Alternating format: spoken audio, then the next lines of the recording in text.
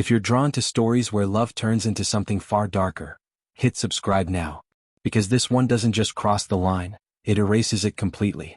And by the end, you may question how well you really know the people closest to you. The first officer on the scene noticed something was wrong before he even stepped inside. It was the silence.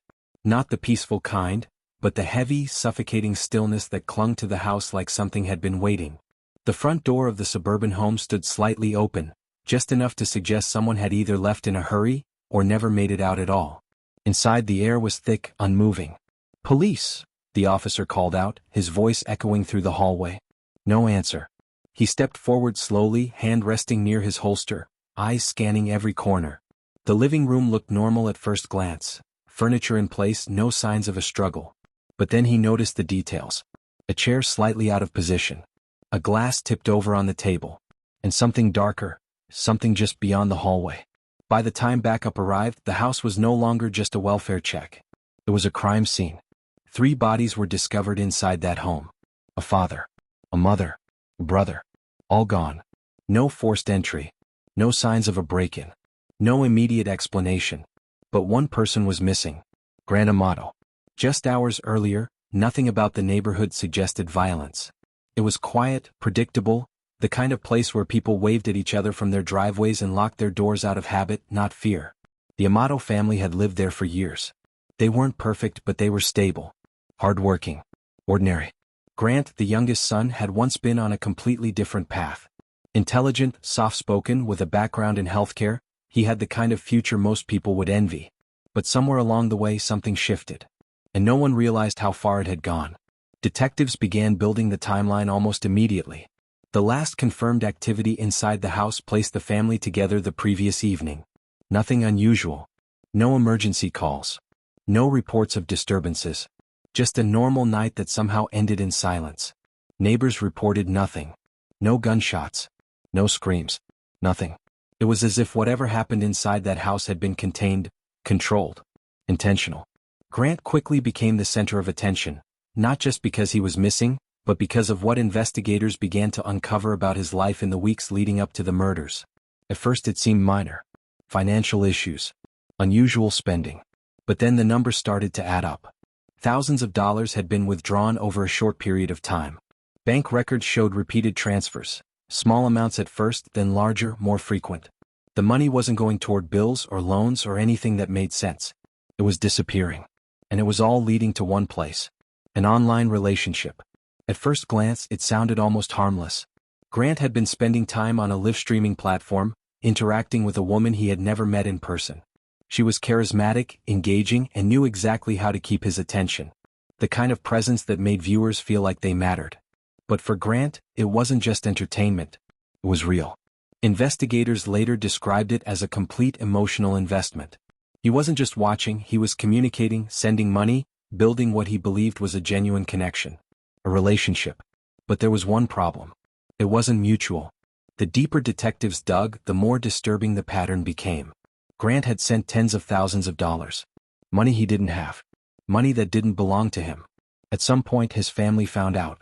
And that's when everything changed. Interviews with friends and relatives painted a clearer picture of the days leading up to the murders. There had been arguments. Confrontations. Desperation. Grant's parents had reportedly cut off his access to finances, demanding he stop the transfers and face reality. They believed they could pull him back, that whatever this was, it could still be fixed. But they underestimated how deep he was in. To Grant, this wasn't a mistake. It was everything. Detectives now had a motive forming, but it still didn't explain the execution. 3 people dead inside a locked home. No signs of struggle. No immediate evidence pointing to how it all happened.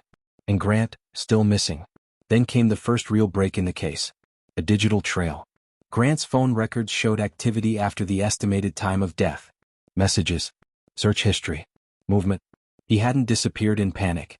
He had left deliberately. Even more chilling, surveillance footage from a nearby area captured a figure matching Grant's description hours after the murders. Walking. Not running. Not hiding. Just leaving.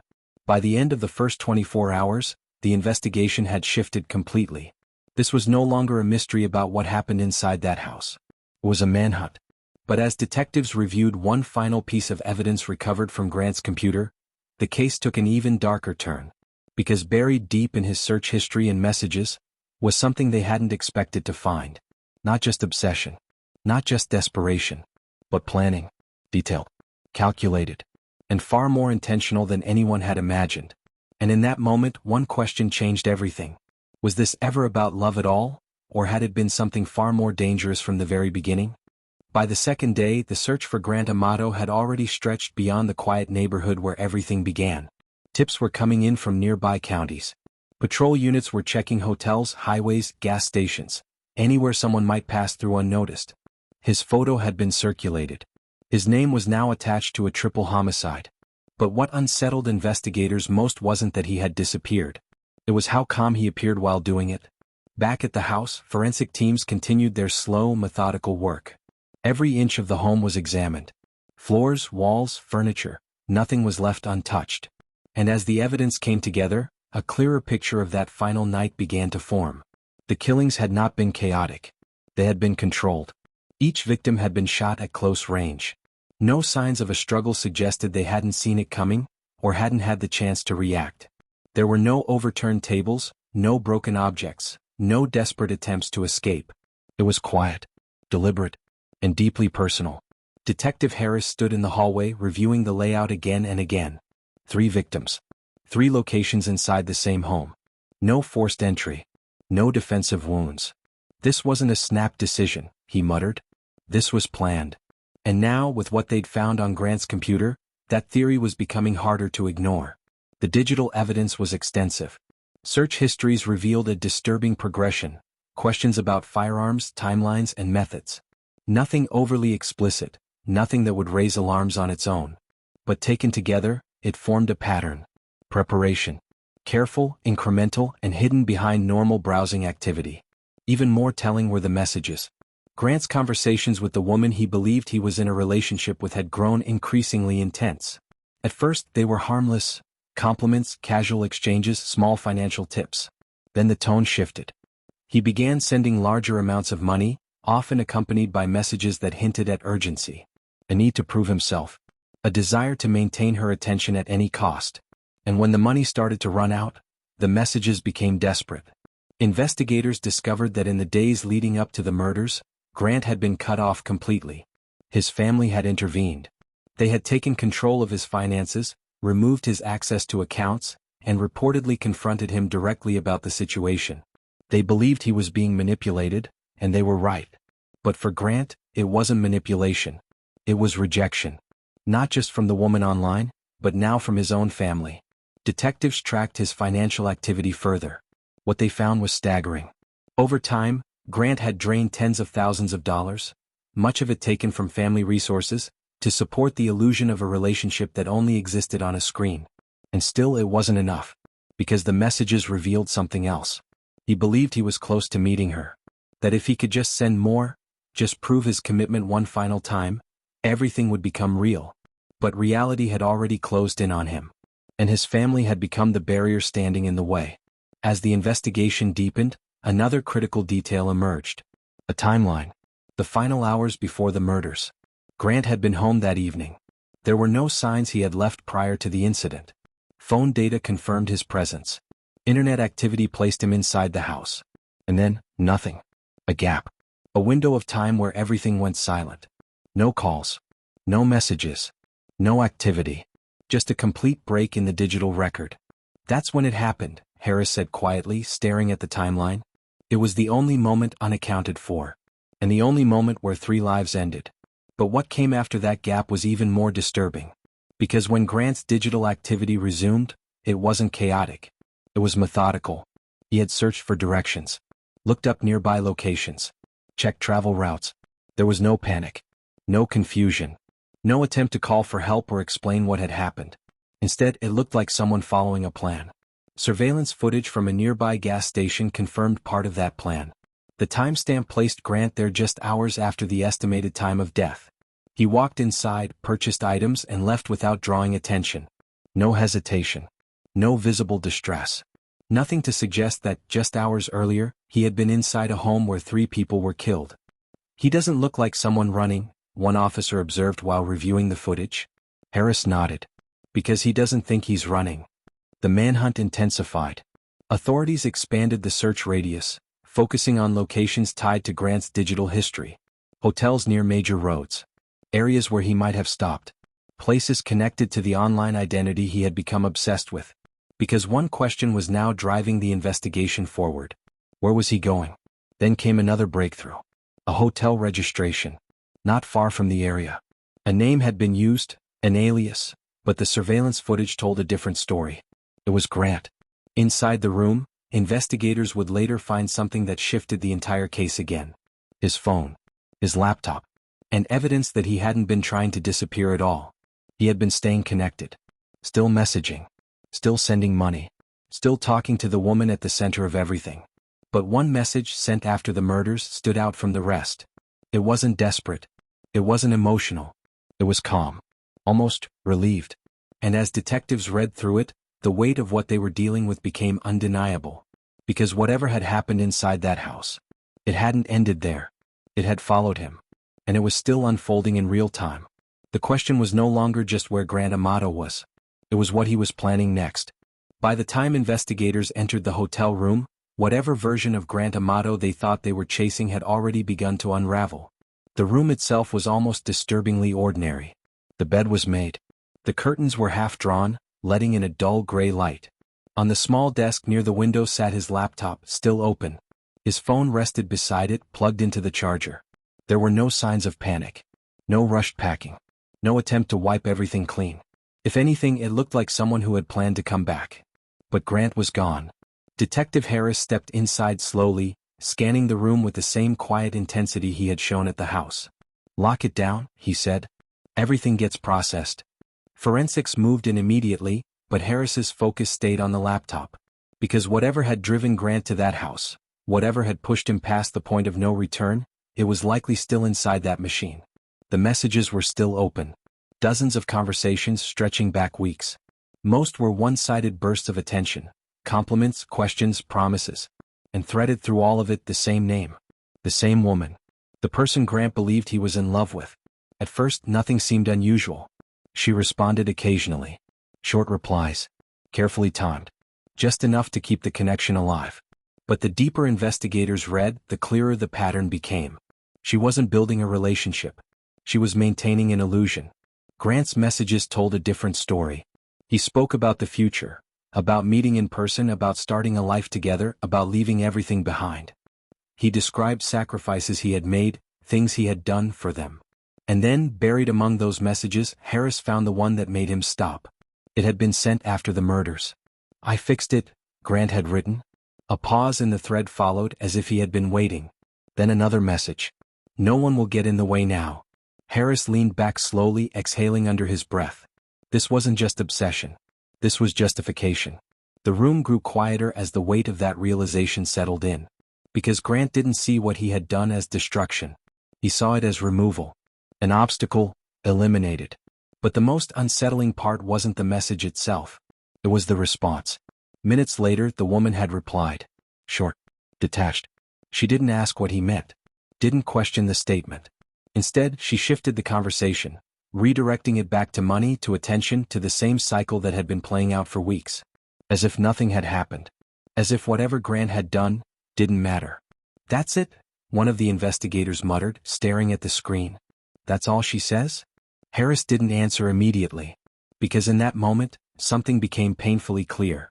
Grant had crossed a line he could never return from, for someone who barely acknowledged it. The illusion wasn't just fragile. It was one-sided. As forensic teams continued processing the room, another discovery added urgency to the situation. Grant's belongings weren't fully packed. Clothes were still hanging.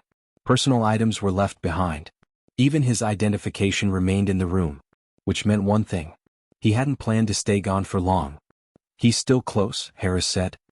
He didn't run far. That realization triggered an immediate expansion of the search. Officers were deployed to surrounding areas.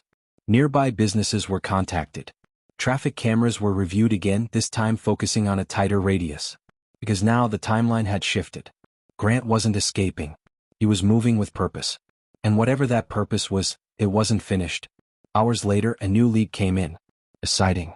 A man matching Grant's description had been seen walking near a wooded area not far from the hotel. He appeared calm, moving without urgency as if he wasn't trying to avoid being seen. Patrol units responded immediately. The area was sealed off. Search teams moved in. The woods were dense, the kind that swallowed sound and distorted distance. Every movement felt amplified. Every shadow held the possibility of something waiting just beyond sight. "Grant," an officer called out. "We know you're out here." No response. Minutes stretched into what felt like hours. Then, finally, movement. A figure stepped into view between the trees. Unarmed. Still. Watching. It was him. Grant didn't run. He didn't resist. As officers approached, he raised his hands slowly, almost casually, as if this moment had been expected all along. "Grant Amato," one officer said firmly. "You're under arrest." Grant nodded slightly. No shock. No denial. Just acceptance. As they placed him in handcuffs, one of the officers studied his expression carefully. There was no fear. No panic. Just calm. Back at the station, the interrogation began almost immediately. Harris sat across from him, the weight of the case pressing heavily on every question that needed to be asked. "Grant," he began, his voice steady, "we need to understand what happened." Grant looked up slowly. For a moment he said nothing. Then finally, "They wouldn't let me be with her." Harris didn't react. Didn't interrupt. He let the silence stretch, waiting. Grant continued. "They took everything away. My access. My money. They didn't understand." His tone wasn't angry. It wasn't defensive. It was matter of fact. Harris leaned forward slightly. "And so you killed them?" Grant's eyes didn't waver. "They left me no choice." The room went still. Because in that moment, any remaining doubt disappeared. This wasn't a man overwhelmed by emotion. This was someone who believed completely in what he had done. But Harris had one final question. The one that had been building since they found those messages. "And her?" he asked quietly. "Does she know what you did?" For the first time, something shifted in Grant's expression. Not fear. Not guilt. But something closer to uncertainty. A small crack in the certainty he had been holding onto. And as that silence lingered between them, the case took one final, unexpected turn. Because what investigators were about to uncover next would reveal that Grant hadn't just misunderstood reality. He had been living in a completely different one. By the time investigators finished reviewing the evidence, one thing had become clear. Grant Amato hadn't just committed a crime. He had built his entire reality around a lie, and then destroyed everything when that lie was threatened. The interrogation room felt colder that night. Detective Harris sat across from Grant again, this time with a different approach. The evidence was no longer the focus. They already had that. The timeline, the digital trail, the confession, it all pointed in one direction. Now Harris wanted to break something else. The illusion. "Grant," he began calmly, sliding a printed sheet across the table, "we've been looking into her." Grant's eyes dropped to the paper, but he didn't touch it. Harris continued. "The woman you've been sending money to. The one you said you were going to be with." Pause. "She's not who you think she is." For the first time, Grant leaned forward slightly. Not aggressively. Not defensively. Just attentive. "She runs an online account," Harris said. "Multiple, actually. You weren't the only one sending money. Not even close." He let that sit for a moment. Dozens of men. Maybe more. Grant's expression didn't collapse the way Harris expected. It tightened. Subtle but visible. "She talked to me," Grant said quietly. "We had plans." Harris nodded once, almost sympathetically. "I'm sure it felt that way." He tapped the paper. "But the messages we recovered, most of them are scripted. Reused. Sent to multiple people." Grant shook his head immediately. "No." Harris didn't argue. Instead, he reached for another document and placed it beside the first. Transaction records. Dates. Amounts. Patterns. "All this money," Harris said, "it didn't go to a relationship. It went to a business." The word hung in the air. Business. Grant's jaw tightened. "You're wrong." Harris leaned back, studying him. Because this wasn't denial in the usual sense. It wasn't panic or confusion. It was resistance. "You said you did this for her," Harris continued. "That your family was standing in the way." Grant's eyes hardened. "They were." Harris nodded slowly. "And now?" Pause. "They're gone," he said. "And she's still not here." That was the first real fracture. Small. But undeniable. For a moment, Grant said nothing. His gaze dropped to the table, but his expression didn't soften. If anything, it became more distant, like someone trying to hold on to something that was slipping away. "She'll come," he said finally. "She just needs time." Harris exhaled quietly, because that was the moment he realized something deeper. Grant didn't just believe the lie. He needed it. The investigation into the woman continued in parallel. Authorities identified her as an online cam model operating overseas, part of a larger network that interacted with viewers through curated personas. There was no evidence she had ever met Grant. No indication she even knew the extent of what had happened. To her, he was one of many. A username. A source of income. When investigators attempted to contact her, the responses were distant and controlled. She acknowledged speaking with Grant, but denied any personal relationship beyond her work. There was no sign of emotional connection. No awareness of his actions. No recognition of the role he believed she played in his life. Back in the interrogation room, Harris presented the final piece.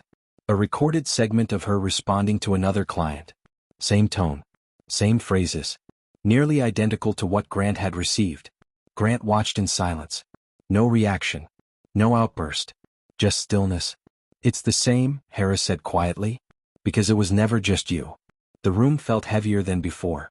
Not because of what had been said, but because of what hadn't. Grant looked down again, his hands resting motionless on the table. For a brief moment it seemed like something might break through. Like the reality in front of him might finally replace the one he had built in his mind. But then he spoke, softly, almost to himself. "You don't understand." Harris didn't respond, because there was nothing left to say. The trial that followed would lay everything out in the open. The financial records. The messages. The timeline of that night. The calculated nature of the crime. It wasn't a question of what happened anymore. It was a question of why. The prosecution argued it was control.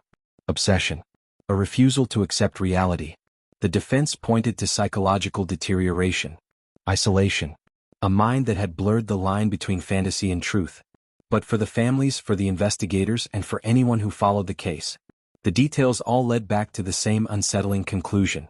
Grant Amato had chosen a world that didn't exist. And when that world was threatened, he eliminated everything that stood in its way. In the end, the verdict brought a sense of closure, but not comfort. Because the case didn't feel like it ended in that courtroom. It lingered. In the questions. In the messages. In the quiet realization of how easily reality can be distorted when someone is willing to believe a lie completely. And somewhere, on a screen, the same kind of conversations were still happening. Different names. Different faces. Same illusion. Because the most dangerous part of this story wasn't the crime itself. It was how real it felt, to the person living inside it. If there's one thing this case leaves behind, it's this. Sometimes the scariest monsters aren't hiding in the dark. They're sitting in plain sight, believing something that was never real to begin with.